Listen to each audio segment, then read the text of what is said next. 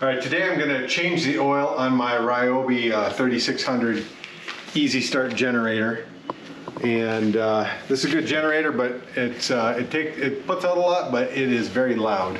And what you're going to need for this is a cookie sheet, and then also a 10mm socket with a shorter extension, because if you try to use the long extension, it gets in the way.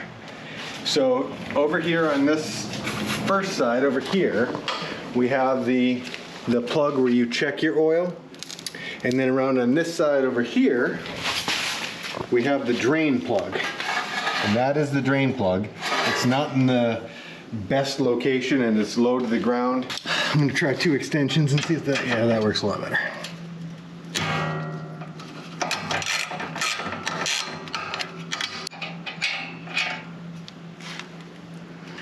And that's a little hot. I'm going to pull the fill plug over here, and that should give me a little bit better flow. So we're done draining. While I was waiting for it to drain, I checked the air filter. It was dirty. I've got it soaking actually in some soapy water here next to me.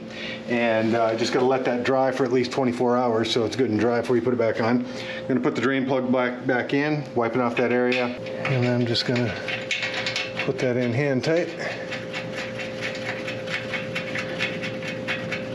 And snug it up.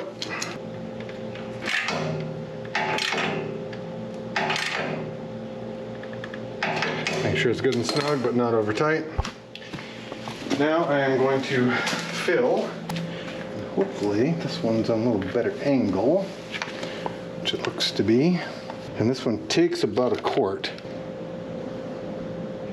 I'm done with the generator oil change. However, I can't start it up until the morning, because I gotta let the air filter dry. So just remember, doing things on your own allows you to be free. Doing them in Georgia allows you to be sweaty, but you're still free.